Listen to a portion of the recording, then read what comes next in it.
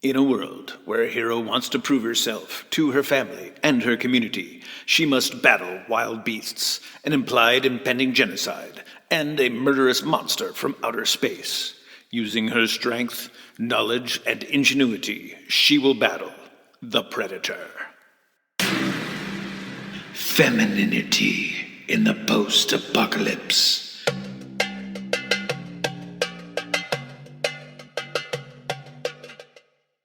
Hey there, you perfect people of the post-apocalypse. You're listening to Femininity in the Post-Apocalypse, a feminist exploration of dystopian media. I'm your host, Klaire Lockheart. I'm an artist who periodically breaks free from my studio of solitude in order to geek out about doomsday stories with other amazing artists. I'm pleased to be able to discuss the movie Prey from 2022 with my incredible guest. We'll also rate the film, and afterwards, I'll announce the recipient of the Honorary Doctor of Dystopian Studies degree from the unaccredited College of Clare. Thank you for joining us. My guest is artist Sam Drapeaux, who incorporates fun pop culture references into their artwork along with creating art focused on mental health. If weird and nerdy is your norm, then you're going to want to join me at the Sam Drapeaux Fan Club. You can officially show your support by heading to patreon.com/Sam Drapeaux. That's spelled SamDrapeaux. Welcome to the show, Sam. Yay, thank you for having me. Yay, thank you for being here. I bet you are in the middle of something incredible, right? Yes, always. Always. How many projects do you have going on with your artistic practice at this time? Is it a million or is it a schmillion?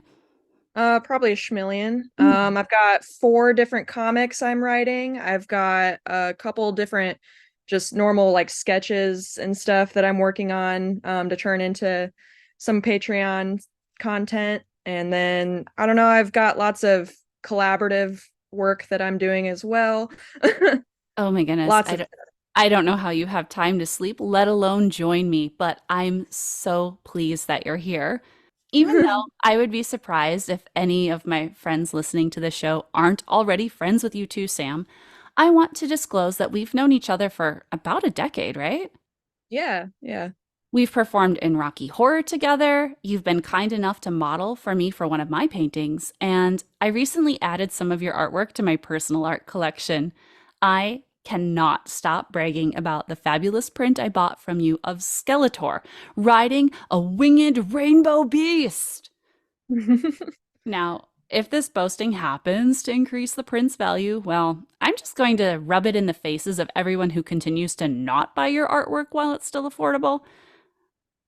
Yeah, I mean, right now it's on Patreon for like at the most $15 That's because way too affordable. you can go to my Patreon and sign up for 3 months, and then I also have a deal where I was trying to make an extra print to entice people to come in and buy Oh more of my my stuff. gosh.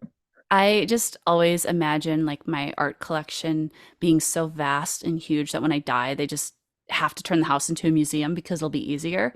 And this conversation we're having right now will establish the provenance of that piece. And some poor grad student who has to like comb through my archives will have to listen to our interview. But Sam, I'm so happy you could join me for this episode of Femininity in the Post-Apocalypse. We're going to have a conversation about the movie Prey from 2022, but before we recount the plot, please tell us about when you first watched the movie. So I watched Prey when it first came out in 2022. I was excited that it was about a Native American woman fighting the Predator. I had to watch it again before this. Yeah. But I actually looked up how old she is supposed to be because I thought she was a young girl. She's Mhm. actually 19. And then I also found her original name was supposed to be Gay, Okay. which means no in No. Comanche. It means Okay. no. So I thought that was really interesting that her name meant no originally. Do you know Uh, what her name Naru means? no, I did not look that up. I can No, look that that was actually a kind of a funny joke because you knew the first one was. Anyway, I love to explain jokes because I'm a nerd and don't socialize enough. But to help us recall what happened in the film, or to fill in the gaps for those listening who haven't watched it, I'm going to summarize the entire plot. After that, we'll talk about the movie and we'll rate it according to the Maenad-O-Meter. Since the Maenads were known for running off to the woods to have a good time and party and drink wine, I have to know if you had anything good to eat or drink when you watched Prey. I just had two drinks, a seltzer water and an IPA, but I definitely would have rather had wine. Yeah, it was pretty chilly when I watched it last, so I had a hot toddy, so some herbal tea, honey, and a splash of whiskey, but it was good. Even though I watched this movie both in English and Comanche, I must confess that I am terrible at paying attention all the way through movies. I'll do my best to provide an accurate synopsis of the entire film, but Sam, please feel free to jump in at any time to help me out with the details. Okay. I'm going to start off with my best movie preview voiceover and switch back into my regular voice because I cannot sustain that. An axe wielding warrior named Naru and her dog Sari hunt a deer in the woods, but the dog gets injured when his tail is caught in a European colonizer metal trap. Naru frees her dog and soothes his injury, but she notices a weird alien disturbance in the sky. The protagonist tells her brother Tabe of the thunderbird she observed in the atmosphere. How would you have described the disturbance? Thunderbirds seem pretty appropriate to me. Definitely. And the fact that she thought it was like a sign and not anything to be worried about, really. Mm-hmm.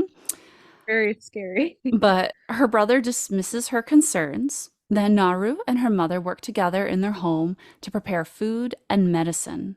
Naru's mother tells her she's good at so many things that she shouldn't need to hunt, and she sends Naru on an errand to gather orange tutsia. Now, I'm terrible at identifying plants, so if this was my job, I'd probably poison myself. Yep. Yep. How are you at plant identification? Do you have a garden? Do you do any foraging, Sam? I do foraging with my son. He's actually really good at identifying plants. And I have a plant identifier app Uh, because I'm terrible. Like if it has flowers on it, I think I can figure it out. But all the plants that are just leaves, I don't know. Oh, yeah. I am allergic to like all the plants in the world. So I'm like, well, this one makes my nose runny and this one makes my eyes itchy. And that's how I classify plants. The Predator makes their debut in all their CGI clicking glory. I get so distracted by interesting animation in movies. How about you, Sam? Yes. I definitely prefer like puppets and over CGI. Oh, yeah, the practical effects, like, I love claymation Oh or yeah, and claymation, yeah. a good stop motion skeleton, and that's my favorite type of movie. But Naru gathers plants, including the orange flower, which is a sign of foreshadowing. A group of young men band together to hunt a lion that caught one of their brethren, and they're not pleased to see Naru join their quest. Didn't one of the men have something super snarky to say when they saw her? Oh yes, he said, we're not gonna be here long enough to need a cook. Ugh. Yeah, old timey, go make me a sandwich. Yep. So I guess we don't feel too empathetic for these dudes. And we shouldn't Not get at too all. attached to them anyway. But in the same woods, the invisible predator kills an animated snake. And I don't know, I was thinking maybe the animals were animated so poorly to make it very clear to the audience that no real animals were harmed during the making of this movie. It's funny, like we watched the first Predator and I was just thinking about that, whether they harmed the animals in that movie or not, but I think all of those were CGI too or something. Okay, I haven't watched that one in a while, but it is. Yeah, I guess at least the animals were okay. I mean, it's too bad they didn't pay the animators well enough that they could have the time to make a good, CGI snake, but whatever. Naru and her dog find the man who was attacked by the lion, and she treats his gaping wounds. The group builds a stretcher to bring the injured guy back home. Her brother wants to hunt the feline, but Naru says something bigger must have scared off the beast. On the trip back, the hero notices the snake that was skinned by the predator and she spots a giant alien footprint. But the menfolk say it's bear tracks. Really? Bear tracks? At the very Well, least, it should have been Bigfoot, right? yeah. They didn't even like blink twice at the snake being skinned. Yeah, that is super weird. Oh, with Bigfoot though, has there ever been a Predator versus Bigfoot movie? Oh, they need to. I love like all the 80s monster something versus something else, like Chucky versus Alien or Alien versus Predator or the Leprechaun versus I don't know. I actually don't know which ones are the real ones and which ones I just want to see. Right. But Naru leaves the group to warn her brother and another man. She hatches a plan to bait the lion.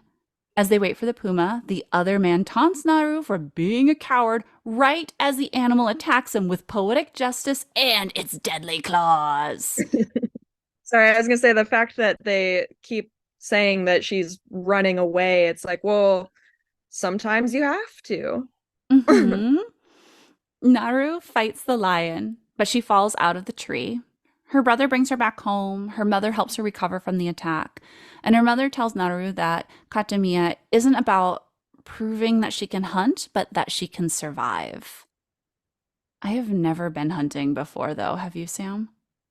No. I have lots of hunters in my family, and one time they brought home a deer and it was in the garage and I saw the blood trickling from its ear. Mm-hmm. Like that was enough of an image for me that I was like, I don't really want to kill anything. Yeah, I mean, I appreciate when the animal has given its life to sustain me, but the most Right. vicious fight I'll be in is with a 5-pound gummy bear. Right. Yeah, I mean, if I were out in the wild and something was attacking me, I might just run, but if I have no chance of actually surviving, I would just be like, okay, just take me. Oh my goodness. Like, I hate running. Okay, my friends who are listening to me, I am not a role model. You guys should exercise or whatever, but I won't run. It's awful. I hate it. And I've decided, like, if a bear is chasing me, I am not going to run because the bear is going to maul me to death anyway.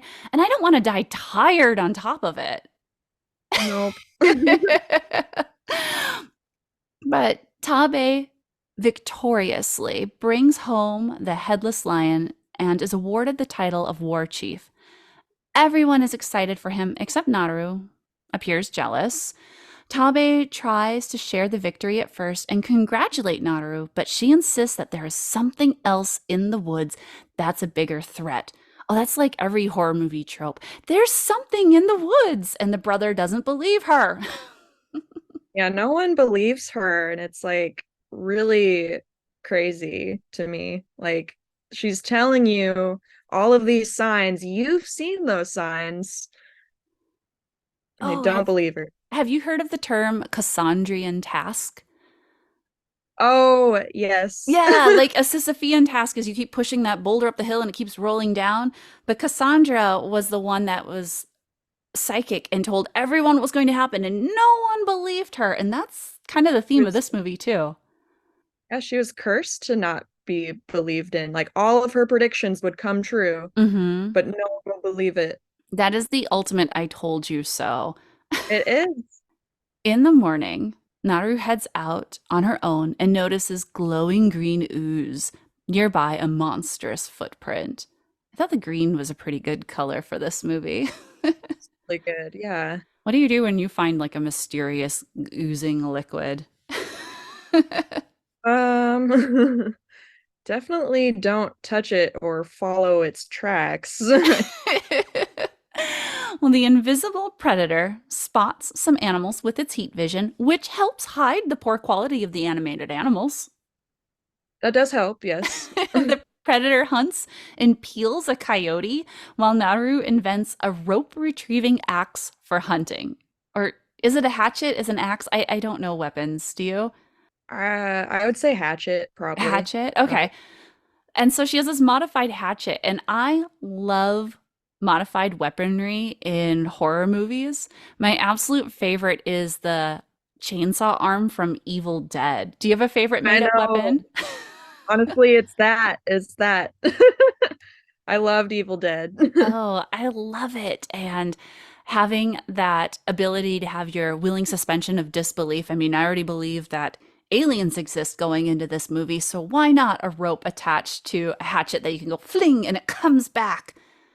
I was just waiting for it to like hit her in the head or something. I Well, was that would be if I was in the movie, so. So the protagonist and her dog encounter a horrifying field of skin buffalo, but this desecration wasn't done by the predator. This is foreshadowing for another invading threat. Unfortunately, the hero then literally falls into the movie trope of quicksand. So that way it's yeah. a official action movie, right? With quicksand. Yep. In mud and Yeah. Oh, it looks so sticky and gross, but she uses her hatchet on a rope to save herself at the last minute. Next, a bear, sarcastic air quotes because it's a computer bear. Next, a bear chases her, but then the predator fights the bear, which allows her to escape. She encounters the group of hunters and explains that she saw a monster kill a bear and she must warn her brother. They don't believe her, harass her, and so she fights the main guy. hmm So the men attack her and make fun of her hatchet rope. They tie her up, but the predator strikes and annihilates the main guy. See, we weren't supposed to get too attached to them. I was. The group fights the cosmic killer with arrows and spears, but the predator massacres them while clicking their extraterrestrial clicks. I can't do that sound effect at all, can you? No. Click, click, click, click, click. The predator is not my most quoted movie monster, that's for sure. But Naru regains her axe, cuts herself free of her bindings, and escapes to find the one guy who left earlier to take a leak. He is then murdered brutally by the predator, but Naru runs to freedom. Almost. She runs right into one of those metal traps.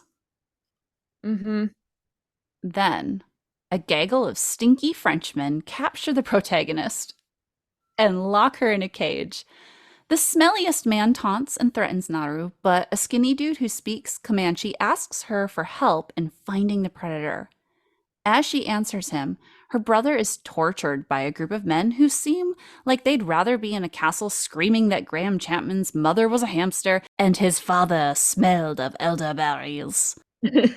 Sorry, I cannot do the Monty Python French accent. How's yours? Oh, I can barely say my last name. So I cannot do a French accent. Yeah, you were telling me earlier about the various pronunciations of your last name. My Native American family, they say Drapo. And my dad really didn't like that, I guess, and he wanted me to say it Drapeau. Mm-hmm. And then I couldn't stand how very different those two things sounded, and so I looked it up, and it's actually a much softer, like I can't even like drip I don't know, but it's like a softer sounding O, and I Oh, just can't replicate well, it. it's your name and you get to decide how we pronounce it. Yep. It's just cool. It's got the X at the end. That's all I care about. Yes, and as long as I don't pronounce it, I'm kind of close, correct? Absolutely. So back to the movie, the colonizers then tie the siblings to a stake as bait, but the murder alien, unsurprisingly, kills a lot of the Frenchmen. Naru reveals that the monster doesn't hunt the weak, and her brother confesses that he was only able to defeat the lion because she weakened it first. hmm While massacring an impressive number of 18th century French invaders, the predator steps into one of the metal traps. The humans all shoot the extraterrestrial exterminator, but there's a great moment when they all stop shooting because they have to take 5 minutes to reload their old timey guns. Yes, that was hilarious. I laughed during that part. It was good. It was good timing. And this permits the predator to do even more predatoring, Predatoring. massacring, Yeah. killing, decimating. Now, Naru frees herself and her brother by using a metal trap as a scissors, whilst the fur trappers keep shooting the celestial killer. But the space age technological weapons destroy the Europeans. Naru discovers the bad guys tied up her dog, so she stabs and or kills a few of them to rescue her faithful companion. Yeah, that was pretty awesome. Like she just destroyed all of them all single-handedly. Sam, do you have any pets? Yes, I have two dogs. There are currently four cats in the house and a bunny and a hamster. Oh my goodness. And I'd imagine you would massacre some colonizing stinky Frenchmen to save your wonderful pets, right? Oh, absolutely. No one can touch any of them. Like, and they're all big babies too. They'd cry and they'd be like, please, please help me. And I'd be Oh like, no. they're all dead. Don't worry. And then even if you had the CGI pets, you'd have even more of them, I'd imagine. Oh, probably. I mean, I still have like Neopets out there somewhere. If you could keep one of those alive, you are one of the greatest caretakers on the planet. Well, now they don't die. They changed it a while ago where they can only get very hungry and they Mhm. will not die anymore. Oh, okay. Changed it. It's cheating, I feel like, but Well, in the movie, I have to go back to that. The translator skinny dude shows up, but he's now missing a leg. He promises to show Naru how to use his gun if she will help him with his wounds. She stops his bleeding and gives him the orange flower to slow his heart and drop his body temperature, which makes him invisible slash uninteresting to the predator until the predator steps on him, which makes him cry out in pain. hmm The intergalactic butcher puts an end to the translator. Tabe suddenly appears on a horse and stabs the hell out of the predator with a spear. He also shoots them with an arrow and calls the predator a cheater for using a sci-fi invisibility cloak. Tabe knows the predator thinks he's the threat, and with his last dying breath, he encourages his sister to finish off the deceptive alien monster. That was a good Yeah, movie death, right? yeah, it really was. It was like in his words at the end where it's like, this is it. This is as far as I go. And it's like, oh no. Oh, it was teamwork. It was teamwork and like it was just like with the lion where it was teamwork then too and he knew it. He gave her credit at the end. Like, Mhm. And Naru escapes, and she captures one of her former captors. As she ingests the flower that will make her invisible to the predator, she informs the filthy man that she's killing him. Naru gives her enemy an ineffective gun, which makes him the predator's bait. After the homicidal alien decapitates the Frenchman, Naru shoots the predator, steals their helmet, and then sets a new trap. She and her dog literally disarm the interstellar slayer, capture them in the quicksand, and use their own technology against them. I was just again waiting for like how did she know that it wouldn't pierce her too? Because like the thing like came right up to her forehead and then whipped around to go shoot through his head and Oh my goodness, she was very observant and smart, and I wouldn't have been able to do any of that.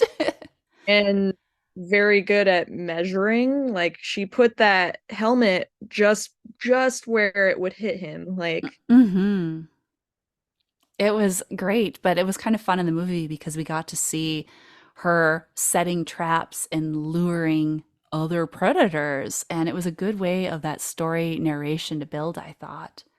Yeah, and it's a very like it's a big testament to how different humans are and how they hunt Hmm. and their creativity versus like the predator just he's just invisible and he is Yeah, cheating.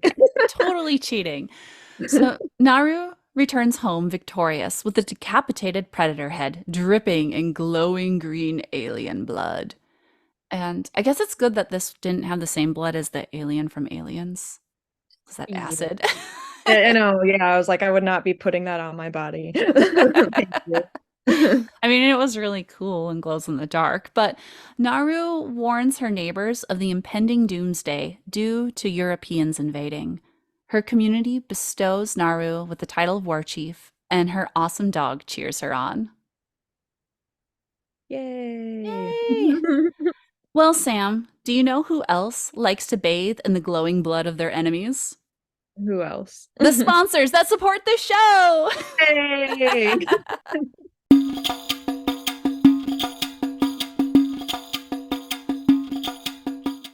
This program is brought to you by the Unaccredited College of Clare. I created UCK because, ugh, you shouldn't have to go into debt up to your eyeballs to learn about art. Check out my art lessons and tutorials at patreon.com/Klaire Lockheart. Some of those lessons are even free. Go to patreon.com/KLAIRELOCKHEART.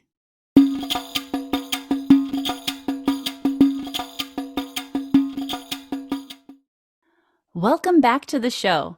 Because Femininity in the Post-Apocalypse is a new program, I want to make sure that I'm clearly conveying the purpose of our conversation.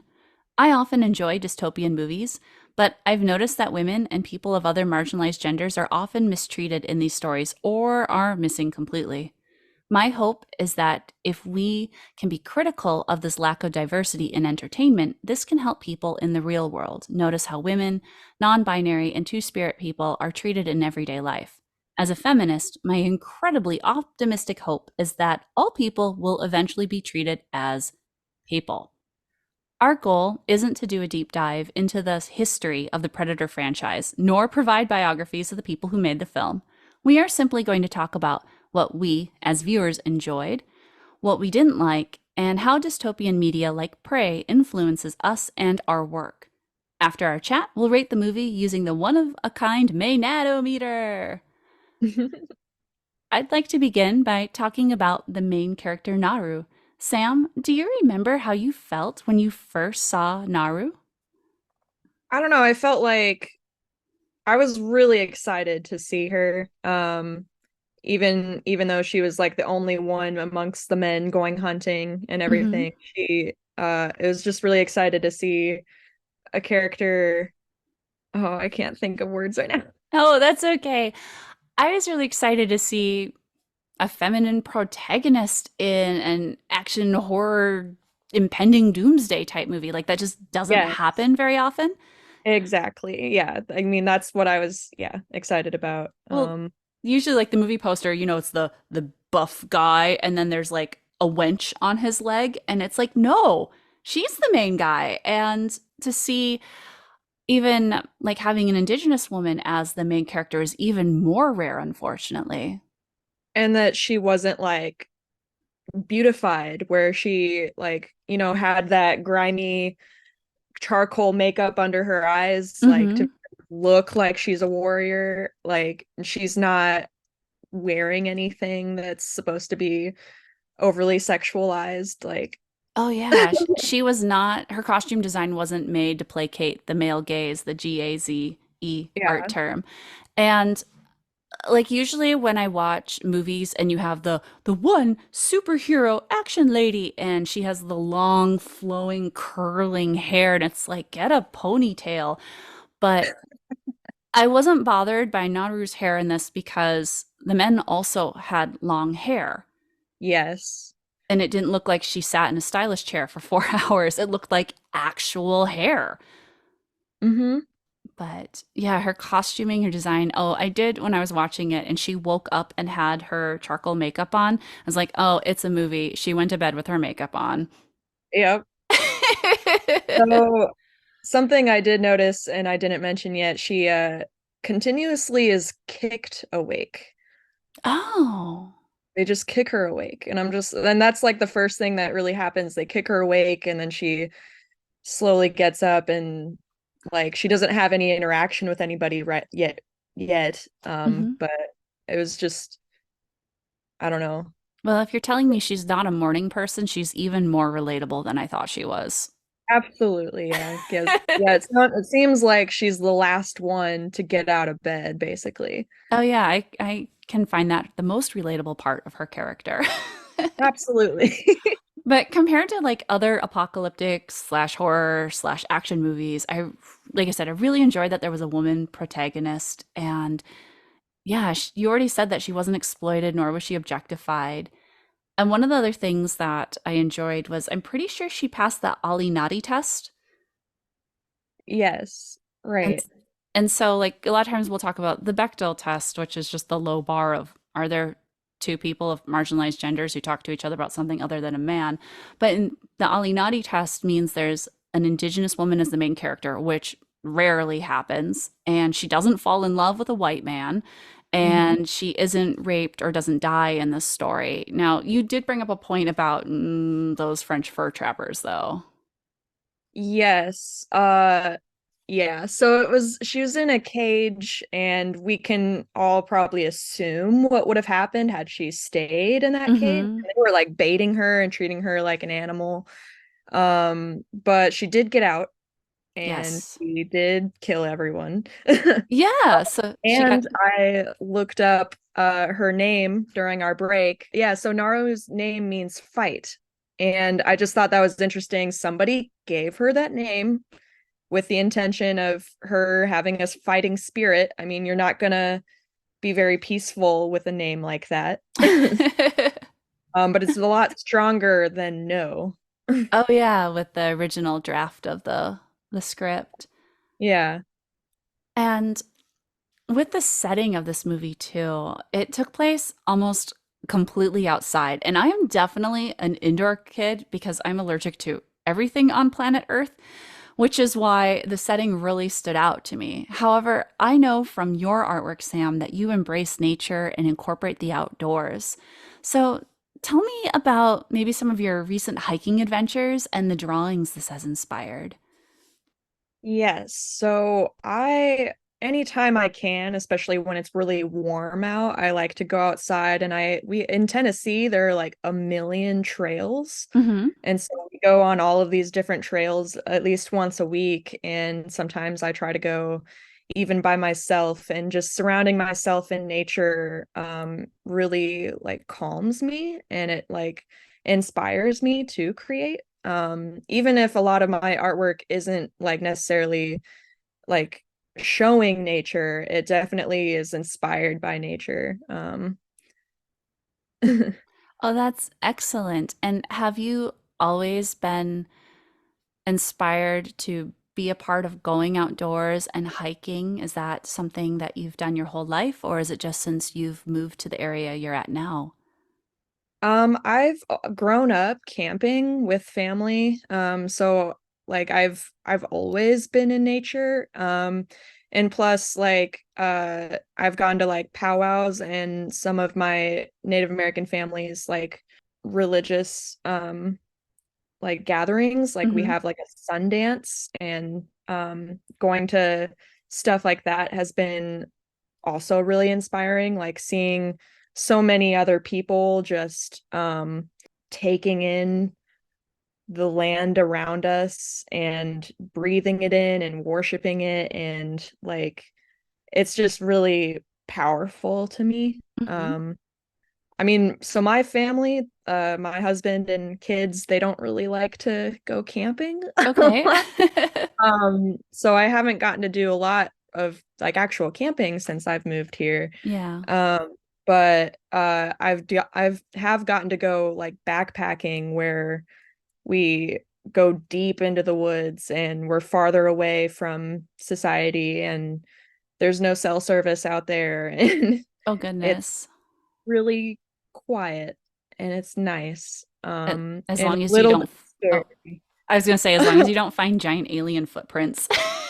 I did run into what may have been a bobcat or a lion.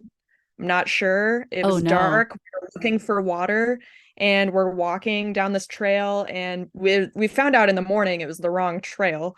But we're Mm. like, "Where's the water? I cannot find it." And we're like, "Okay, watch out for snakes." That was like the main thing we were told, Uh-huh. to watch out for snakes. And we're walking along and I hear like a little hiss and I was like, "Oh, oh no." And then we just hear this big, like, growling hiss. And I was like, that is not a snake. That's not a snake. Let's leave.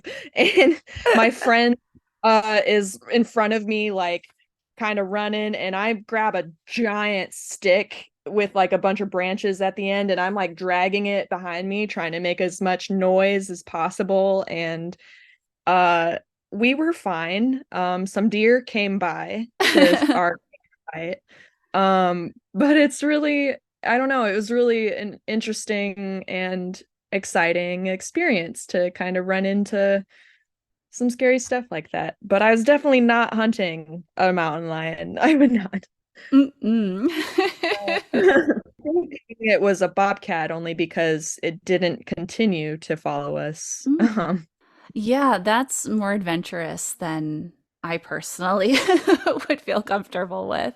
Oh, I was going to ask, so this movie has a Comanche culture represented in it, and you have told me before, are you Ponca Ponca, of Nebraska. of Yes. Nebraska? And so that's also a Great Plains area, correct? Yeah. I have to think of like I have to like look at a map to be like, where did this movie take place? But we have the Great Plains and it like stretches up from Canada all the way down to Texas. And so you have this big swath of North America, which I do think probably makes this movie feel a little bit more relatable because like the trees and the woods and the plants probably are accessible to a lot of people, or at least us in the middle of the country. Yeah, absolutely.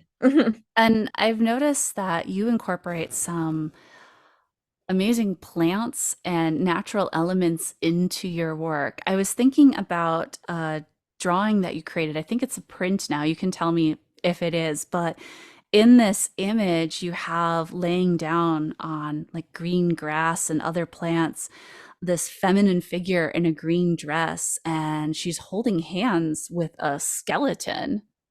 hmm so that piece was actually inspired by a song, In 1 Week by Hozier.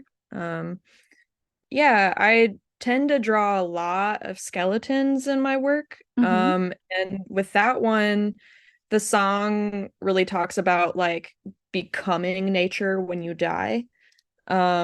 And like, I don't know, I uh think about death a lot, maybe more than I should. But it's something that I think is really really interesting to me to think about. If you die in the woods, you just become a part of the woods, like you're a part of the those trees, those plants. And then versus like being buried in a coffin. Hmm. um And having like skeletons and skulls can often be seen as macabre, but in the Western tradition of art, you have the memento mori, and it's just a reminder that time is short and life is fleeting. And the way that you incorporate skeletons and these more dreary, I guess, themes in your work, it's not gross and it's not like a nasty type of macabre. As I mentioned earlier, I was bragging about having your Skeletor print. And I mean, Skeletor, what caused you to, what inspired you to make that fabulous rainbow Skeletor? Actually, so my Xbox name is Hmm. Skeletor is Love. Aw. And I think I created that because I saw something of Skeletor like lying down in like a those Snuggies wearable blankets or whatever, and he just looked so like feminine in that drawing and very I don't know, like I just kind of thought that Skeletor could be like queer or like love or not love because he's all about evil, but he But we he love evil. We love we evil, love him Skeletor. evil. But yes, so like I don't know, like Skeletor could be all about everybody loving each other because evil needs love too. Well, it's just so much fun that you have pop culture references, you're incorporating your just beautiful nerdery, and you're making artwork that is just fun to look at. It's even more fun to own because seeing the tiny picture, like scrolling past on Instagram or seeing it up on your Patreon, is nothing compared to the physical print that I get to hang up and enjoy. And I am just excited that your work also incorporates like some more meaningful and deeper messages. It's kind of like in this movie, it's a fun franchise that started in the 80s, right? Is that when the Predator movie started? think so, And yeah. it's like a horror action movie, but it has that deeper meaning where there's a woman protagonist and you get to experience it through Comanche culture, and having some variety and diversity makes the movie a little bit deeper than I would have thought just thinking, oh, another Predator movie. Yeah. Yeah, and I love the cultural aspect of it too, because it's not just kind of thrown in as an afterthought. It's Mhm. like more deeply thought out um than a lot of other like stories with Native Americans in it. Like Yeah. or indigenous people. Yeah. And one of the things I thought was great was how it was just woven in. Like during the celebrations, they had the drummers come out. And was there anything that stood out to you in the movie about some of the cultural aspects or just that world building? I mean, yeah, I thought of the drummers too, and just the fact that like they're healing, like all Mhm. of like how they heal their like when at the very beginning when she's like putting that paste on her dog's tail, it's like very it's all natural and everything, and like that's still a thing now even though there's like um actual like medicine. They like a lot of indigenous people will still use homeopathic natural healing remedies. Yeah. She was And that basically a was doctor. he was a doctor, yeah, and I think that's really what her mom was trying to be like. You can't go hunting, you got to stay home and be a doctor. Well, that's a good balance. She can murder and she can heal. Yeah. Was there anything else that you wanted to discuss with the movie, or are you ready to give it a rating? um I think I'm ready to give it a rating. Okay, so the Maenad-O-Meter is our feminist evaluation system that rates dystopian media on a scale of 0 to 5 skulls. Maenad means raving one, and these were women from ancient Greece who cast off their traditional gender roles to go party with Dionysus in the woods. They would drink, dance, and sometimes rip apart their enemies limb from limb, kind of like how Naru and her dog defeated the predator. Yeah. For the Maenad-O-Meter, a low score would mean that there weren't any women or people of other marginalized genders, and they were treated poorly or terribly. A high score would mean that there was diversity and the women were treated well. Do you mind if I share my rating first, Sam? No, go ahead. So I'm going to give Prey a rating of 4 skulls. The protagonist was a young woman, and we got to witness her learn, use her expertise, and she was named War Chief for her skills as a hunter. It's not very often that the hero of an action or sci fi or horror movie is an Indigenous woman. Naru did endure a lot of violence, but the men in this movie also received similar treatment or worse. However, there weren't very many women in the movie overall. I only counted 3 that had lines, but in the community, there was a range of ages of the women and girls, and so that was nice. A lot of apocalyptic type movies completely forget to cast women in the crowd scenes at all. I seen some movies where it's like there might be one woman in the whole thing. Yeah, it's embarrassing. Yep. So even though most of the characters in Prey were men, I did like that there was diversity in the masculine characters. They were easy for me to tell them apart. So there was uniqueness in their costuming as well. And so my score is going to be 4 skulls. Sam, using this scale of 0 to 5 skulls, how would you rate Prey based on how it treats women? I think I would also give it 4 skulls. The only thing is like I'm not sure if it's very clear that they don't want her to hunt Hmm. because she's a woman, but um I did like that they had the mom in there, like, like you were saying, different age ranges and stuff. But yeah, there weren't very many women, and again, just the way that she was caged, um, was Yeah. pretty not good. Yeah, the implied future violence, that was the scariest part of that movie for me, actually. Yes. And I know that they treated her brother in the same way, which is also not Yeah. good, but at least it wasn't specifically gendered violence. Yes. And I definitely think it could have gotten worse. Hmm. And I don't know, they took her brother out and cut him, Yeah. um, which, like, they were, I don't know, they could have done that to her. Hmm. Um, but I think they also like wrote her off, where they're like, well, she's not a threat, but he is.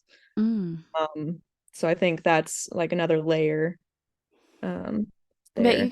yeah, is there anything else positive about Naru or the movie you wanted to add? Um, Maybe just to like say again that the fact that she is the main character, that the first words, the first lines of the movie were hers. And like the it was very focused on her story and how she was gonna defeat the predator. It didn't really like any of the other men.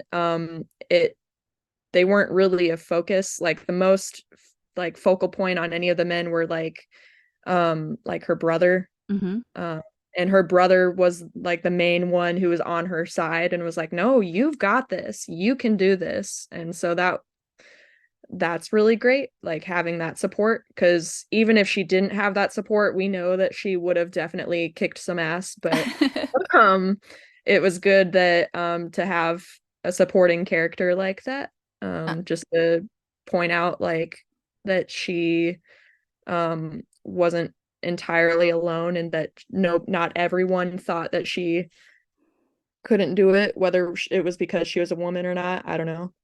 No, that's excellent.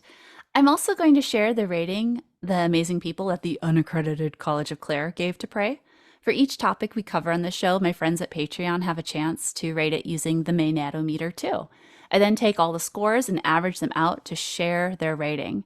And if any of you lovely people listening want to share your input on the next episode, just head over to patreon.com/Klaire Lockheart. But for Prey, my patrons rated this movie at 4 skulls too. So we have a consensus. Yay. That made the math really easy. Yeah.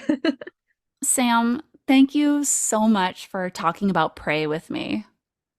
Thank you for having me. Like it's been a lot of fun. I don't get to talk about a lot of movies like this a lot. Having that in-depth discussion is something that I've really missed having with you specifically. Oh, this has been a lot of fun. But before you go, I'm going to shamelessly plug your Patreon account so our fantastic listeners will have a chance to support the work you do. Trying to make ends meet as an artist is almost impossible, but when kind and supportive people buy memberships or directly commission artwork, it makes a world of difference. My friends, you can follow Sam at patreon.com/Sam Drapeaux. That's spelled SamDrapeaux.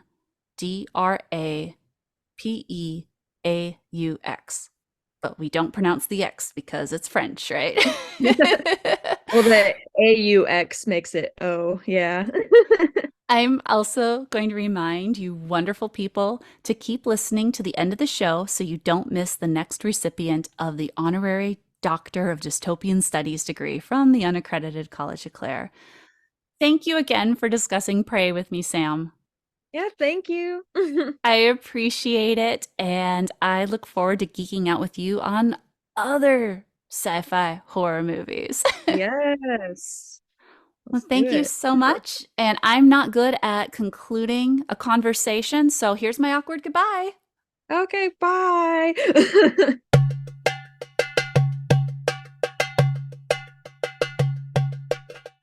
This podcast is part of the Department of Dystopian Studies at the unaccredited College of Claire.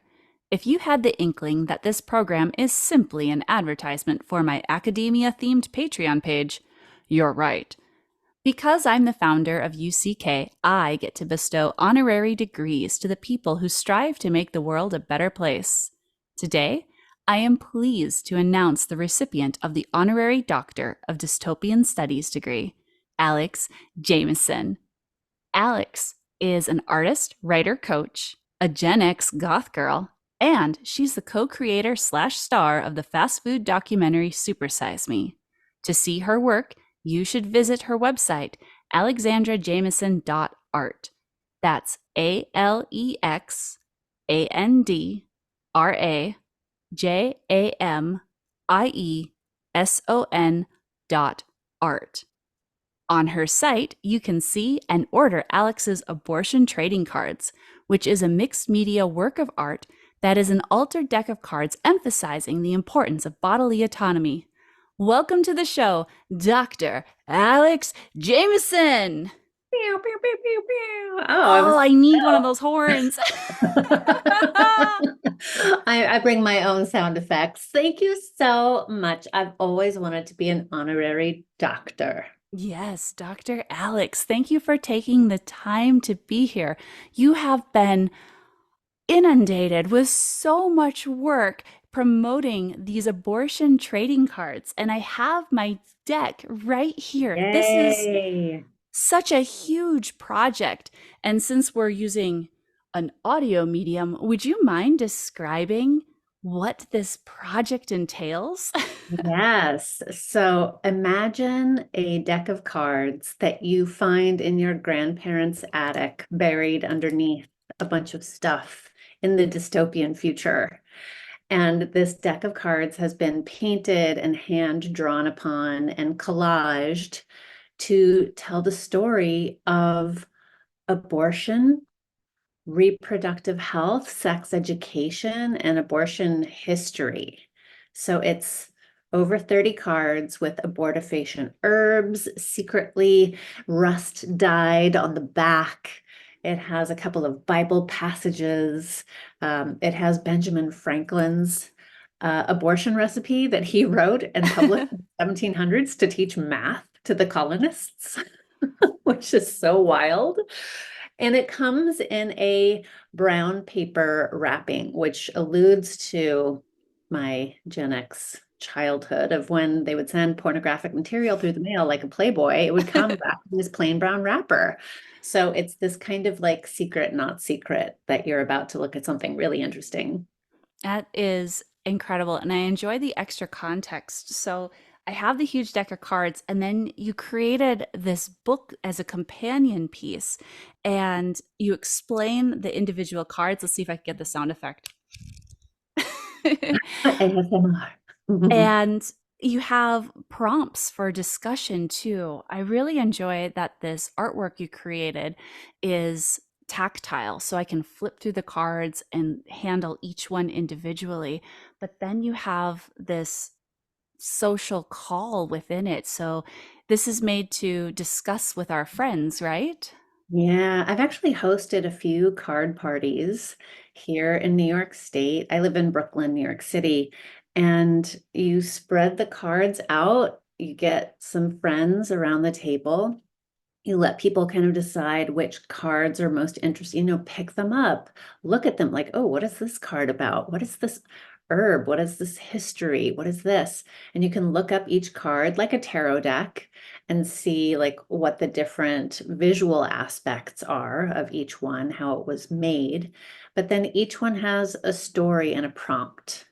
And it's really to start conversation. It's to connect us around this topic of bodily autonomy, abortion rights, and several of the prompts are kind of activist prompts as well to get you.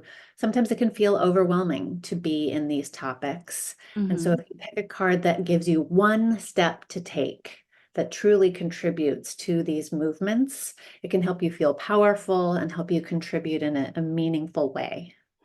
Well, it's incredible that you created this work of art. And I'm based in South Dakota, which is one of these places where we don't have bodily autonomy. And oh, I should have asked at the start, how can people get their own set of these cards? I'm so very lucky. I have an incredible publisher who saw the project and is working with me.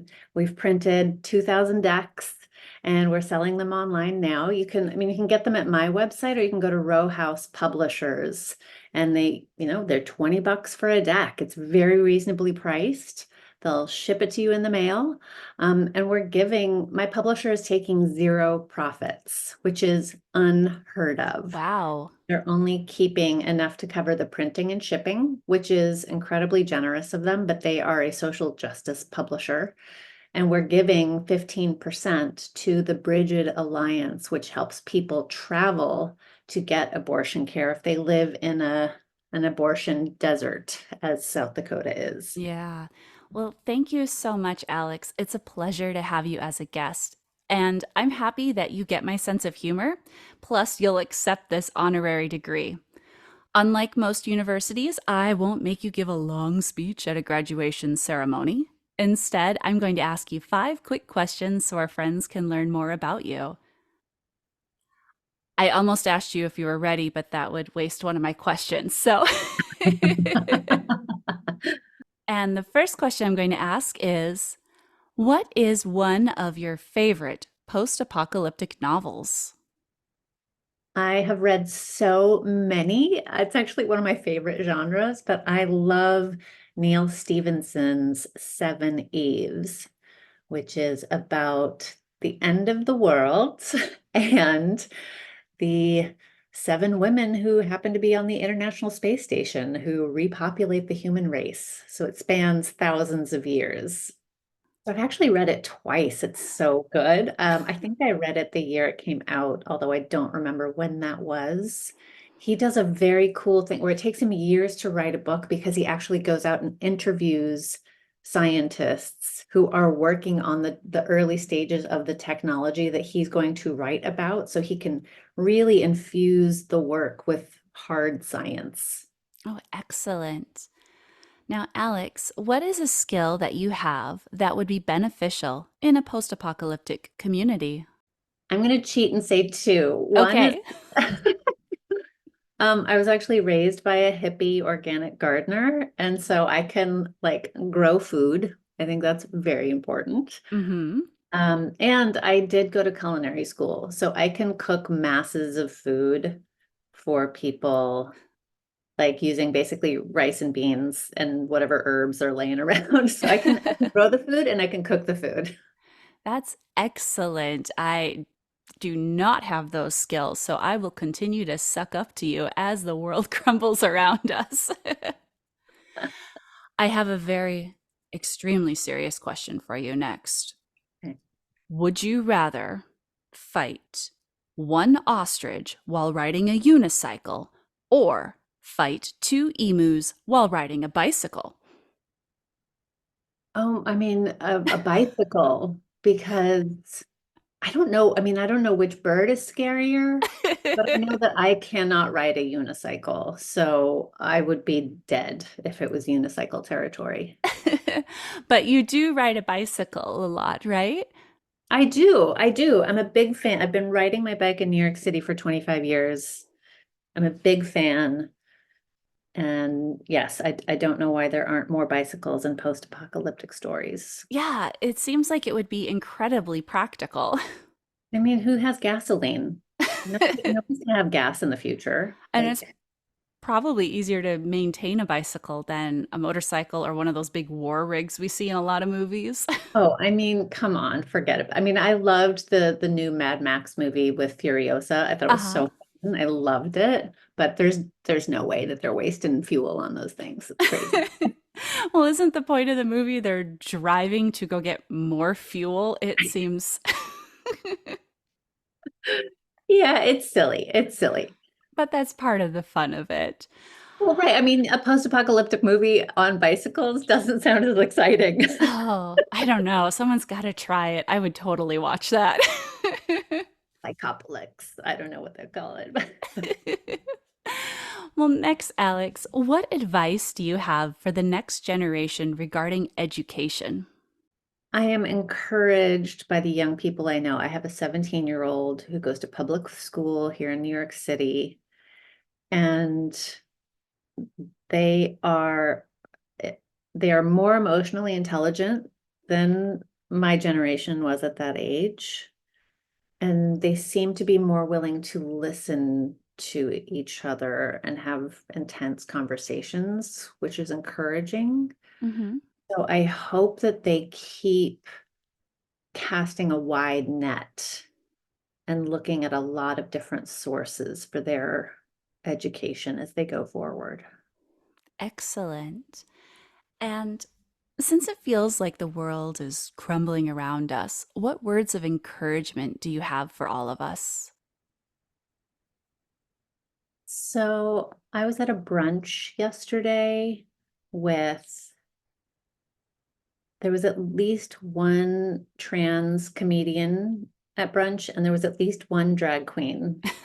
When I tell you that it was the most fun I've had at a brunch in a super long time, like there are delightfully hilarious, smart human beings out there. Find them. I, I told my teenager, it was like, if the apocalypse happens while you're at school, there is a drag club on your school block that literally nobody like no parents in New York City give a shit. Sorry. I Mm. hope I can swear. I was like, if the apocalypse happens, go to the drag club. Like, don't go to the cops. You'll be way more likely to like take care of each other, and you'll have so much more fun doing it if you hang out with the drag queens on your block instead of the police. That is excellent because when we're thinking about all of these huge existential crises and actual threats to ourselves and dangerous situations, it's important to be able to find that levity and that sense of humor. And that's part of the reason that I've really enjoyed following you on Instagram, where I see the videos that you're posting and all of the photos that you're sharing. Oh, would you mind sharing your Instagram handle in case anyone wants to look you up? Yes, well, from my days as a chef, it's still delicious, Alex. Well, thank you so much for joining me. It's a delight to be able to talk to you about your artwork and the activism you do, plus hear the advice that you have for all of us and the next generation. Thank you so much for having me, for what you do. I'm so excited to meet you in person someday. Oh, it's wonderful. But thank you again for joining us, Dr. Alex Jamieson. Oh, thank you.